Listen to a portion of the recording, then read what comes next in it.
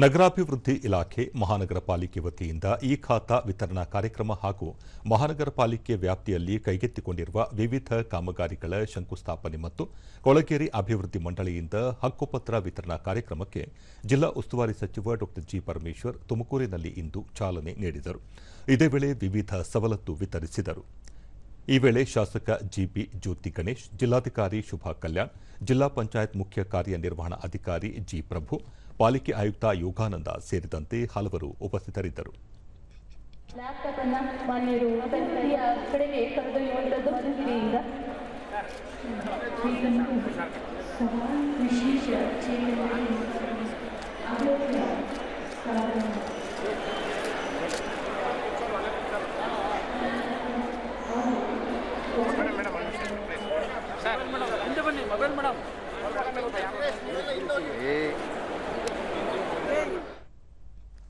ಬಳಿಕ ಡಾ ಜಿ ಪರಮೇಶ್ವರ್, ತುಮಕೂರು ವೇಗವಾಗಿ ಅಭಿವೃದ್ಧಿ ಹೊಂದುತ್ತಿರುವ ನಗರ, ಬೆಂಗಳೂರಿಗೆ ಪರ್ಯಾಯ ನಗರವಾಗಿ ಅಭಿವೃದ್ಧಿ ಹೊಂದಲಿದೆ.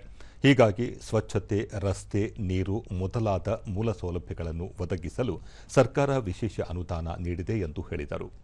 ಪಾರ್ಕ್ಗಳ ನಿರ್ಮಾಣ, ಚರಂಡಿ ಸೇರಿದಂತೆ ಇನ್ನಿತರ ಮೂಲಸೌಕರ್ಯಗಳನ್ನು ಒದಗಿಸಿ ಕೊಳಗೇರಿ ಮುಕ್ತ ನಗರವನ್ನಾಗಿ ಮಾಡುವ ಉದ್ದೇಶ ಹೊಂದಲಾಗಿದೆ. ಭವಿಷ್ಯದಲ್ಲಿ ಮೆಟ್ರೋ ಸೇವೆಯನ್ನು ತುಮಕೂರುವರೆಗೆ ವಿಸ್ತರಿಸಲಾಗುವುದು. ಜೊತೆಗೆ ಗ್ರೇಟರ್ ತುಮಕೂರು ಮಾಡುವ ಉದ್ದೇಶವೂ ಇದೆ ಎಂದು ಹೇಳಿದರು. ತುಮಕೂರು ತನಕ ಬಂದ್ಬಿಟ್ಟಿದ್ದಾರೆ, ಹತ್ತತ್ರ ದಾಬಸ್ಪೇಟೆಗೆ ಬಂದ್ಬಿಟ್ಟವ್ರೆ. ಈಗ ನಾವು ಈ ಕಡೆಯಿಂದ ಬೆಳ್ಕೊಂಡು ಹೋಗ್ಬೇಕಲ್ಲ, ಅದಕ್ಕೆ ನಾವೇನ್ ಮಾಡಿದ್ದೀವಿ ಅಂದ್ರೆ ನಾವು ಕೂಡ ನಾವೇನ್ ನಿಮ್ಗೇನು ಕಮ್ಮಿ ತುಮಕೂರಿನವರು ಅಂತೇಳಿ ನಾವು ಸ್ವಲ್ಪ ಗ್ರೇಟರ್ ತುಮಕೂರು ಹಾಕಬೇಕು ಅಂತೇಳಿ ನಾವು ಕೂಡ ಮಾಡ್ತಾ ಇದ್ದೇವೆ.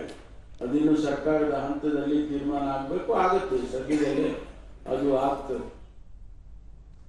ಜಿ ಪ್ರಭು ಜಿಲ್ಲೆಯ ವಿವಿಧ ವಯೋಮಾನದ ವಿಶೇಷ ಚೇತನರು ಮತ್ತು ಶಾಲಾ ಮಕ್ಕಳು ಸಮಾಜದಲ್ಲಿ ಇತರರು ಜೀವನ ರೂಪಿಸಿಕೊಳ್ಳಲು ನೆರವಾಗುವಂತೆ 4-5 ಇಲಾಖೆಗಳ ವಿಶೇಷ ಅನುದಾನದಡಿ ಅಗತ್ಯ ಸಾಧನ ಸಲಕರಣೆಗಳನ್ನು ವಿತರಿಸಲಾಗಿದೆ.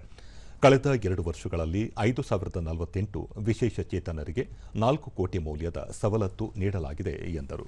ಖರ್ಚು ಮಾಡುವಂತಹದ್ದನ್ನ ಮೇಲುಸ್ತುವಾರಿ ಮಾಡಿ ಆ ಕೆಲಸಗಳನ್ನು ಪೂರ್ಣಗೊಳಿಸಿದ್ದೇವೆ ಅನ್ನೋ ಒಂದು ಸಣ್ಣ ಹೆಮ್ಮೆ ನಮ್ಮೆಲ್ಲ ಆಡಳಿತ ವರ್ಗದ್ದಾಗಿದೆ ಅನ್ನೋ ಮಾತನ್ನ ಈ ಸಂದರ್ಭದಲ್ಲಿ ನಾನು ಹೇಳಲಿಕ್ಕೆ ಬಯಸ್ತೇನೆ.